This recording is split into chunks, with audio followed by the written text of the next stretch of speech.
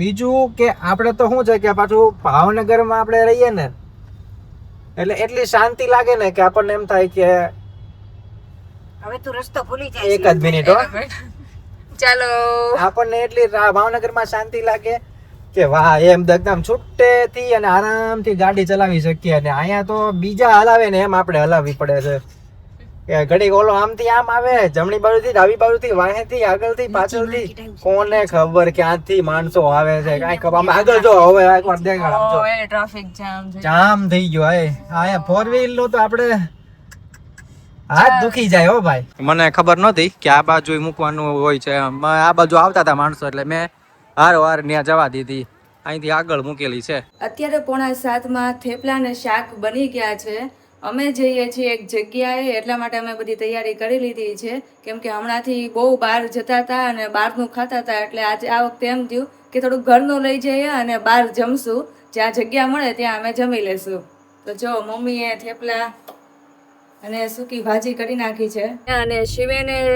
2 ઓશિકા મૂક્યા છે કેમ કે એને દેખાતું નથી ને એટલા માટે એને ઓશિકા મૂક્યા નત્ર પછી છે ને એ ઊભો રહી જાય છે એટલા માટે એને દૂર જવાનું છે એટલે એટલું બધું ઊભો ન રહી શકે એટલે એને જો ઓશિકા લીધા છે ને એની ઉપર બેસી ગયો છે એટલે દેખાય અને હજી અમે નીકળ્યા જ છીએ અને મેપમાં એવું બતાવે છે કે 3, 3:30 આજુબાજુ અમે પહોંચી જશું હવે જોઈએ છે કેટલા વાગે પહોંચે કેમ કે હજી તો જમવાય ઊભું રહેવાનું છે અને કંઈક સારી એવી જગ્યા આવે કે જ્યાં ઝાડ ને એવું વધારે હોય તો એના છાંયે અમે બેસી શકીએ તો જોઈએ હવે કઈ રીતના શું થાય છે એક્સપ્રેસ હાઈવે આવી ગયો છે અને વચ્ચે કાંઈ ઝાડવા કે એવું કાંઈ જ નહોતું આવતું અને અમે અહીંયા એક વચ્ચે જેલા રેસ્ટોરન્ટ આવે ને હાઈવે ની નીચે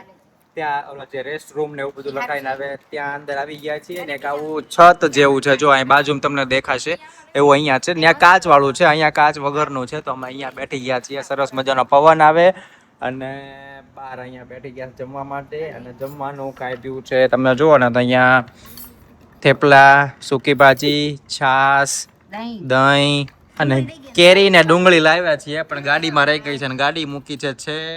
હમ ખૂણામાં ઓલી બાજુ આગળ અને અહીંયા રેસ્ટોરન્ટ છે આગળ રેસ્ટોરન્ટ છે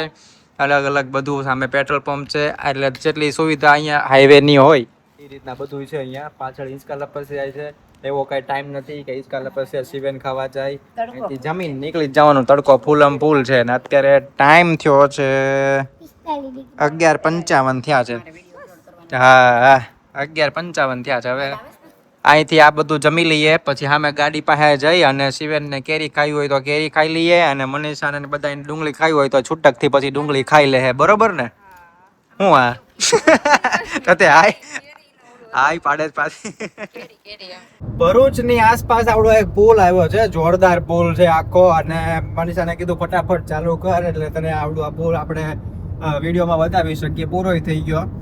બાકી પુલ હતો ઘણો લાંબો પણ અમે અડધેથી જ વિડીયો ચાલુ કર્યો અને ફટાફટ પૂરો થઈ ગયો થોડીક સ્પીડમાં હોઈએ હાઈવે ઉપર હોઈએ એટલે અને નોર્મલ સ્પીડ એટલે જેટલી લખી છે એનાથી અંદરમાં જ છું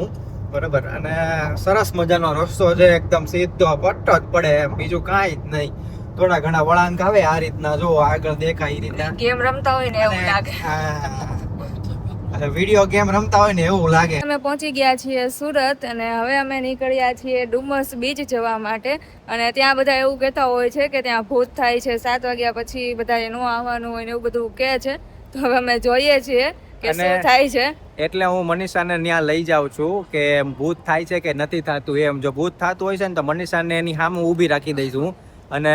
જો ભૂત નહીં થતું હોય તો અમે સહી સલામત બધા પાછા આવી જાવ એટલે સાંજ સુધી ત્યાં રોકાશું અને અત્યારે તો અમે રોકાણા છીએ ઉમિયાધામ કરીને છે સુરતમાં જે છે ત્યાં હવે ડુમસ બધાને આંટો મરાઈ આવું પછી મારે થોડુંક કાલે કામ છે તો ત્યાં હું તમને લઈ જઈશ કે કઈ જગ્યા છે બાકી ચાલો અત્યારે ડુમસ અને તમે કહેજો કે ત્યાં સાચામાં ભૂત થાય છે કે નથી થતું એ વાત સાચું જો તમે કમેન્ટમાં કહેજો અમને તો ખબર નથી કેવી વાત સાંભળ્યું છે કે ત્યાં થાય છે હવે જોઈએ પહેલી વાર જઈએ છે ડુમસ બીચે તો પહોંચી ગયા છીએ અને આ તો અમારા કોળિયાક જેવું જ છે પણ થોડુંક ડેવલપમેન્ટ અહીંયા થોડુંક વધુ છે એવું છે ને અમારા કોળિયાકમાં થોડુંક ઓછું છે બસ બાકી દરિયામાં તો કાંઈ ફેર લાગતો નથી સેમ જ છે અને થોડુંક આ બાજુ ગાર્ડન ને એવું બધું છે છોકરાઓનું પછી ઉપર અહીંયા આગળ ઓલું દુકાનો બહુ જાજી છે એમ મેગી ની ને એ બધી મેગી ને એ બધું મેં ચાખ્યું અલગ અલગ વસ્તુ આ પાછળ સિવેન ને ઉર્વી મકાઈ ખાય છે પાર્કિંગમાં તો જોરદાર આમ ટ્રાફિક ગળદી આ બાજુ પછી અહીંયા કઈક ગાર્ડન ને એવું બધું છે સામે કંઈક પાર્કિંગ અને અમારે ત્યાં કોળિયાકમાં એવું ન હોય, ગાડી ગમે ત્યાં મૂકી દેવાની, જ્યાં સુધી જાય ત્યાં સુધી મૂકી દેવાની, એમ જ્યાં ઓલું રેતીમાં હલવાય નહીં ને ત્યાં સુધી મૂકી દેવાની, એમ આવું કાંઈ એવું નહીં. અને થોડોક લાંબો દરિયો એટલે જગ્યા જાજી, અહીંયા થોડીક જગ્યા ઓછી છે તો માણસો ભેગા ભેગા થઈ જાય છે, બસ આટલો ફેર છે, બીજું કાંઈ નહીં. બાકી હવે પાછા અમે જઈએ છીએ મકાઈ ખાતા ખાતા ને મેગી ખાતા ખાતા, એટલે મેગી તો ખાઈ લીધી છે, ખાલી મકાઈ ખાતા ખાતા. અને આપણી ગાડીનું પાર્કિંગ હવે આવવાની તૈયારીમાં છે, ક્યાંક અહીંયા ક્યાંક જ મૂક્યું છે, મને ખબર નહોતી કે આ બાજુ મૂકવાનું હોય છે. આ બાજુ આવતા હતા માણસો એટલે મેં હારોહાર ત્યાં જવા દીધી, અહીંથી આગળ મૂકેલી છે. ઘણું બધું હાલ્યા પછી ગાડીનું પાર્કિંગમાં જે ગાડી પડી હતી આપણી જ્યાં એ આવી ગયું છે. અને આ ફેન્સિંગ અત્યારે નખાય છે હજી, બાકી અમે અહીંથી આમ નીચે ઉતરી ગયા આવી રીતના, એટલે કામ ચાલુ છે. અને બહુ જ મેં આગે મૂકી હતી, મને ખબર નહોતી કે ત્યાં સુધી ગાડી જાય છે, નંતર ત્યાં જ મૂકી દે, મેં તો અહીંયા છેક મૂકી દીધી હતી. ચાલો હવે પાછા જઈશું જ્યાં આપણે રોકાણા છીએ ત્યાં. હવે અમે ડુમ્મસ થી જ્યાં અમે રોકાણા છીએ, જ્યાં રૂમ રાખ્યો છે ત્યાં અમે જઈએ છીએ. એ 24 કિલોમીટર જેવું હતું અને હવે વધ્યું છે 3.5 કિલોમીટર. હું, મમ્મી, મનીષા, ઉર્વી અને શિવેન ને ઉર્વી તો થોડુંક ઓછું વિચારે છે, પણ હું, મમ્મી, મનીષા અમે ત્રણે ક્યારના વિચારીએ છીએ કે આ પબ્લિક ને જાવું ક્યાં છે એમ. ક્યાં જાય છે ઈ ખબર નથી પડતી. એ નથી ખબર પડતી ઓફિસેથી છૂટી છૂટી ઘરે. આપણે ક્યાં હવે લેવાનો છે રસ્તો. પબ્લિક એટલી બધી છે ને, અને આમ જોવો તો ખરી એમ થાય કે ઓહો, કે આપણે ક્યાંથી ટર્ન લેવાનો, આપણે સામે વાળાને ક્યાં જવાનું કાંઈ ખબર જ નથી પડતી. હવે અને ચાર રસ્તા બતાવે. હા, એટલા બધા રસ્તા છે ને, ચાર રસ્તા બતાવે, એમાં તમારે ક્યાં જવું ઈ ખબર પડે. કોઈ કાંઈ જ ખબર ન પડે. જો ઓલા પોલીસ વાળા જોવે છે. હા, પોલીસ વાળા આમાં શું કરે એવું થાય. બેહી અને બીજું કે આપણે તો શું છે કે પાછું ભાવનગરમાં આપણે રહીએ ને, એટલે એટલી શાંતિ લાગે ને કે આપણને એમ થાય કે હવે તું રસ્તો ભૂલી જાય. એક જ મિનિટ હો, ચાલો.